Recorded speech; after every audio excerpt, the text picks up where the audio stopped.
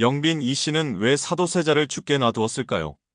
1762년 윤 5월 13일 창경궁 뜰에서 조선 역사상 가장 비극적인 장면이 펼쳐졌습니다. 영조가 세자를 폐위하겠다고 선언하자 신하들은 모두 엎드려 감히 고개를 들지 못했습니다. 그때 한 여인이 앞으로 나왔습니다. 사도세자의 생모 영빈 이 씨였습니다. 한중록은 이 순간을 이렇게 기록합니다. 영빈께서 나아가 마땅히 패하소서 하시니 상감께서 이르시되 그대도 그리 아는가 하셨다. 자신의 몸에서 낳은 아들을 포기하는 어머니. 이 장면은 250년이 지난 지금도 우리를 당혹스럽게 합니다. 어떻게 어머니가 아들의 죽음에 동의할 수 있었을까요? 영빈은 정말 냉혹한 여인이었을까요? 아니면 다른 이유가 있었을까요? 영빈 이 씨는 원래 무술이 출신이었습니다. 궁궐에 허드렛 일을 하던 천한 신분이었지만 영조의 눈에 들어 후궁이 되었고 1735년 세자를 낳으면서 영빈에 봉해졌습니다. 그녀는 자신의 인생이 오직 이 아들에게 달려있다는 것을 너무나 잘 알고 있었습니다. 아들이 왕이 되면 자신은 대비가 되고 아들이 실패하면 자신도 끝입니다. 그런 그녀가 왜 아들을 포기했을까요? 한중록을 자세히 읽어보면 영빈의 고뇌가 보입니다. 영빈은 사도세자의 병을 가장 가까이서 지켜본 사람이었습니다. 세자는 1749년경부터 이상 증세를 보이기 시작했습니다. 처음에는 의복에 대한 집착이었습니다. 같은 옷을 하루에도 수십 번 갈아입고 마음에 들지 않으면 옷을 찢어버렸습니다. 한중록에는 하루에 옷을 10번 갈아입으시고도 마음에 안 차시면 모두 불사르셨다고 기록되어 있습니다. 증세는 점점 악화되었습니다. 세자는 궁녀들에게 폭력을 휘두르기 시작했습니다. 마음에 들지 않는 말을 하거나 자신을 거슬린다고 생각하면 칼을 휘둘렀습니다. 한중록은 세자께서 환관과 궁녀를 수십 명 죽이셨다고 기록합니다. 일부 야사에는 100명이 넘는다는 기록도 있지만 한중록의 해경궁 홍씨는 수십 명이라고 했으니 최소한 수십 명은 확실합니다. 이것은 단순한 성격 문제가 아니라 심각한 정신질환이었습니다. 더 끔찍한 것은 세자 자신도 고통스러워했다는 점입니다. 한중록에는 세자가 발작 후에 내가 왜 이러는지 모르겠다, 나를 죽여달라고 울부짖었다는 기록이 나옵니다. 세자는 자신의 행동을 통제할 수 없었습니다. 밤이 되면 궁궐을 벗어나 도성을 떠돌았고 때로는 백성들을 해치기도 했습니다. 승정원 일기에는 세자가 밤에 몰래 궁을 빠져나가는 것을 막기 위해 경비를 강화했다는 기록이 여러 차례 나옵니다. 영빈은 이 모든 것을 알고 있었습니다. 그녀는 아들의 증세를 숨기려 애썼고 피해자들의 가족을 달래고 보상했습니다. 하지만 한계가 있었습니다. 세자의 폭력은 점점 더 잦아졌고 통제 불가능해졌습니다. 영조에게도 소문이 들어갔습니다. 영조는 세자를 불러 추궁했고 세자는 두려움에 떨며 아무 대답도 하지 못했습니다. 이것이 영조의 분노를 더욱 키웠습니다. 1762년 5월 나경원의 고변이 터졌습니다. 세자가 영모를 꾀한다는 내용이었습니다. 물론 거짓이었지만 평소 세자를 불신하던 영조에게는 결정적 계기가 되었습니다. 영조는 세자를 폐위하기로 결심했습니다. 이때 영빈 앞에는 두 가지 선택지가 있었습니다. 첫째, 아들을 끝까지 보호하는 것. 하지만 영빈은 이것이 무엇을 의미하는지 알고 있었습니다.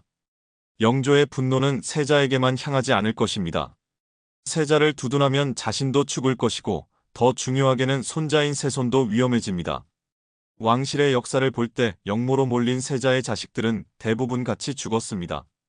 영빈이 세자를 살리려다가 세손까지 잃을 수도 있었습니다. 둘째, 아들을 포기하고 손자를 지키는 것. 한중록을 보면 영빈이 마땅히 패하소서라고 말한 직후 영조에게 무릎 꿇고 간청한 것이 나옵니다. 세손만은 살려주소서. 세손은 아무 잘못이 없나이다. 영조는 이를 받아들였습니다. 세손은 짐이 기른 손자니 걱정 말라. 영빈의 선택을 이해하려면 당시 궁중의 상황을 알아야 합니다. 영조는 이미 마음을 정했습니다. 나경원의 고변은 핑계였을 뿐 영조는 오래전부터 세자 문제를 해결하고 싶어 했습니다. 영빈이 아무리 막아도 세자는 죽을 운명이었습니다. 그렇다면 어머니로서 할 수 있는 일은 무엇이었을까요? 최소한 아들의 아들, 자신의 손자만이라도 살리는 것. 이것이 영빈의 계산이었습니다. 하지만 계산만은 아니었습니다. 한중록에는 영빈의 심정이 담긴 대목이 있습니다. 영빈께서 세자를 보시며 눈물을 흘리시되 소리내어 우시지는 못하시더라. 영빈은 울고 싶었지만 울 수 없었습니다. 감정을 드러내면 영조의 결심이 흔들릴 수 있었고 그것은 세손에게 위험이었습니다. 그녀는 심장이 찢어지는 고통을 참으며 냉정한 척 연기해야 했습니다. 더 비극적인 것은 사도세자 자신도 어머니의 선택을 이해했다는 점입니다. 한중록에 따르면 뒤주에 갇히기 직전 세자는 어머니를 보며 고개를 끄덕였다고 합니다. 마치 어머니, 저는 괜찮습니다 라고 말하는 것 같았다고 해경궁은 기록했습니다. 아들은 어머니가 자신을 포기해야 하는 이유를 알고 있었고 어머니는 아들을 포기하면서 평생의 죄책감을 짊어져야 했습니다. 영빈은 아들이 죽은 후 10년을 더 살았습니다. 그 10년 동안 그녀는 매일 아들의 명복을 빌었고 손자 정조를 보호하는 데 온 힘을 쏟았습니다. 정조가 즉위한 후 영빈은 세손을 선택한 것이 옳았다는 것을 확인했지만 그 선택이 주는 고통은 평생 그녀를 따라다녔습니다. 이것이 궁궐의 여인이 어머니가 지불해야 했던 대가였습니다. 영조의 교육 방식은 무엇이 문제였을까요? 영조가 세자를 처음 가르치기 시작한 것은 세자가 4살 때였습니다. 1739년 영조는 세자를 불러 천자문을 가르쳤습니다. 승정원 일기에는 세자가 총명하여 하루에 100자를 외웠다고 기록되어 있습니다. 영조는 기뻐하며 신하들에게 우리 세자가 장차 훌륭한 군주가 될 것이라고 말했습니다. 시작은 좋았습니다. 하지만 세자가 자라면서 문제가 생기기 시작했습니다. 세자는 책 읽기보다 활쏘기를 좋아했습니다.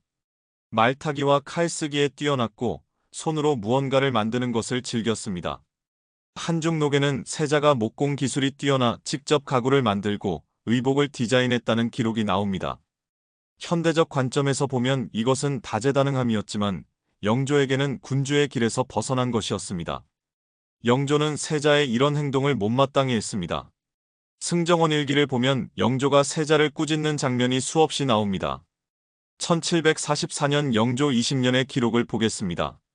세자가 활쏘기를 즐긴다 하여 상감께서 크게 노하시며 이르시기를 내가 무인이 되려 하느냐 군주는 문으로 다스려야 하느니라 하셨다. 영조에게 무예는 군주가 할 일이 아니었습니다. 더 큰 문제는 영조가 세자를 꾸짖는 방식이었습니다. 영조는 세자를 사적으로 타이르지 않았습니다. 항상 신하들이 모인 조정에서 공개적으로 망신을 주었습니다. 1750년 영조 26년의 승정원 일기에는 이런 장면이 나옵니다. 상감께서 세자를 꾸짖으시기를 이 불초한 것이 어찌 나의 아들이냐 차라리 죽는 것이 나을 것이로다 하시니 세자께서 엎드려 대답도 못하시고 떨기만 하셨다. 신하들이 모인 앞에서 아버지에게 차라리 죽으라는 말을 들은 세자의 심정을 상상해 보십시오. 세자는 미래의 왕입니다.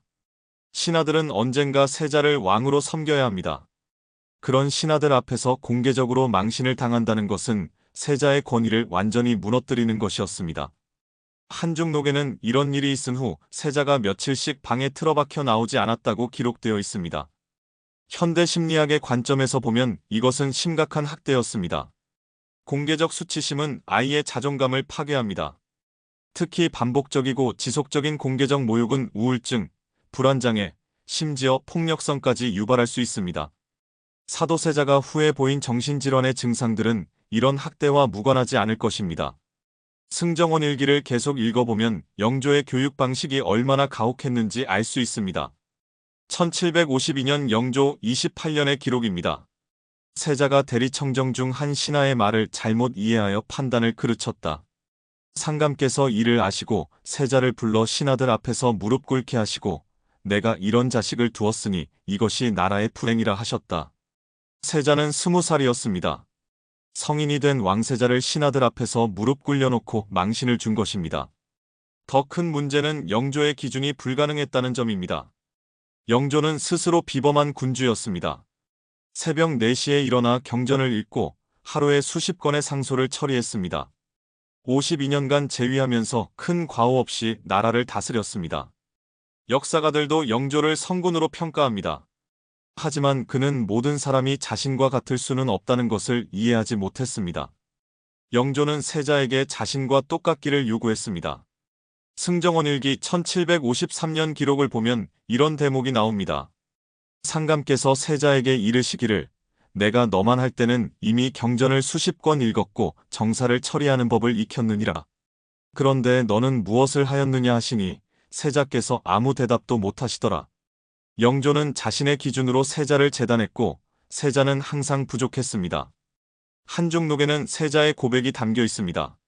세자께서 빈에게 이르시기를 나는 아버지를 뵙기만 하면 몸이 떨려 말도 제대로 못하겠노라.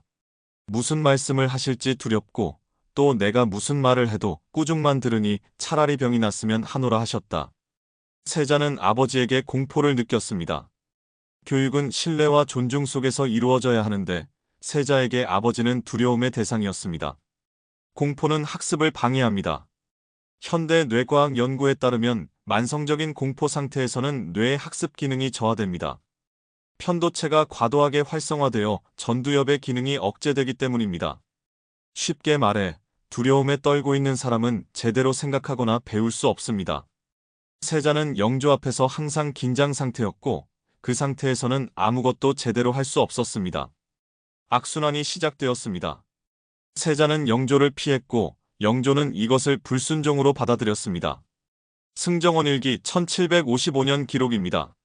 상감께서 세자를 부르셨으나 세자께서 병을 칭하고 나오지 않으셨다. 상감께서 크게 노하시며 짐을 피하려 한다. 이는 불륜이라 하셨다. 세자가 병을 핑계로 아버지를 피한 것은 사실이었습니다. 하지만 그것은 불효가 아니라 생존 본능이었습니다. 그렇다면 영조는 왜 이렇게 가혹했을까요? 아기 때문이었을까요? 아닙니다. 영조는 진심으로 세자를 훌륭한 군주로 만들고 싶었습니다. 승정원 일기를 보면 영조가 신하들에게 내가 세자를 엄하게 가르치는 것은 그를 위함이다. 왕이 된다는 것은 얼마나 무거운 짐인지 알아야 한다고 말한 기록이 여러 번 나옵니다.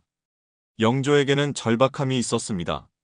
그는 무수리의 아들로 태어나 평생 정통성 시비에 시달렸습니다. 형 경종을 독살했다는 소문, 노론의 꼭두각시라는 비난을 평생 들었습니다. 그래서 영조는 완벽해지려 노력했고 그 완벽함으로 정통성을 증명하려 했습니다.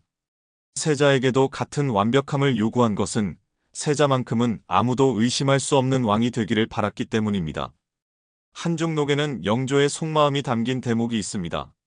상감께서 신하들에게 이르시기를 짐은 천한 몸에서 났으나 노력으로 이 자리에 있노라. 세자는 정실 왕비의 아들이니 태어날 때부터 귀하다. 그러니 짐보다 나아야 하거늘 어찌 이리 나태한가 하셨다. 영조는 세자가 자신보다 유리한 출발선에 있다고 생각했습니다. 그런데 왜 자신만큼 되지 못하는가? 이것이 영조의 답답함이었습니다. 하지만 영조는 중요한 것을 놓쳤습니다. 사람은 각자 다른 재능과 기질을 가지고 태어납니다. 세자는 학문보다 실무에, 이론보다 실천에 재능이 있었습니다. 만약 영조가 세자의 장점을 인정하고 키워주었다면 어땠을까요? 세자는 학자 군주는 아니었겠지만 실무에 밝고 백성의 현실을 아는 다른 유형의 훌륭한 군주가 될 수 있었을지도 모릅니다. 영조가 세자에게 진정으로 가르치고 싶었던 것은 무엇이었을까요? 그것은 왕의 무게였습니다. 영조에게 왕위는 권력이 아니라 책임이었습니다. 백성의 삶이 왕의 결정 하나에 달려있고 그 무게를 견디는 것이 왕의 의무라고 영조는 믿었습니다. 이것을 세자에게 가르치고 싶었습니다. 하지만 방법이 잘못되었습니다. 영조는 무게를 가르치려다 세자를 짓눌렀습니다. 책임을 가르치려다 공포를 심었습니다. 성장을 돕는 교육이 아니라 부러뜨리는 훈육이 되어버렸습니다. 그리고 그 대가는 너무 컸습니다. 세자의 정신은 무너졌고 부자 관계는 파탄났으며 결국 한 사람의 목숨이 희생되었습니다. 만약 영조가 세자와 대화했다면 그의 두려움을 알아주고 장점을 인정해 주었다면 사적으로 타이르고 공적으로 격려했다면 역사는 달라졌을 것입니다. 이것이 우리가 이 비극에서 배워야 할 교훈입니다. 아무리 좋은 의도라도 잘못된 방법은 비극을 낳습니다. 영조의 마음 깊은 곳에는 나라를 위하고 아들을 사랑하는 진심이 있었습니다. 그러나 그 진심은 소통의 부재 속에서 왜곡되었고 결과적으로 아버지의 사랑은 공포로, 왕의 가르침은 형벌로 바뀌었습니다. 우리가 이 역사에서 배워야 할 것은 의도보다 관계입니다. 진심은 전달되지 않으면 상처가 되고 권위는 이해 없이 행사되면 폭력이 됩니다. 지도자는 물론 부모, 스승, 상사, 그 누구라도 상대의 마음을 듣고 공감할 줄 알아야 진정한 영향력을 가질 수 있습니다. 영조와 사도세자의 비극은 18세기의 궁중에서 끝난 이야기가 아니라 지금 우리의 가정과 사회에서도 여전히 되풀이되고 있는 이야기입니다. 사랑을 말하기 전에 먼저 이해하려는 마음. 그 한 걸음이 역사를 바꾸고 사람을 살립니다. 다음 이야기는 뒤주 속에서 세자가 마지막 순간을 맞이하던 그때, 영조의 마음속에서는 어떤 생각이 오갔는지를 함께 짚어보려 합니다. 구독과 좋아요로 함께 해주시면 감사하겠습니다.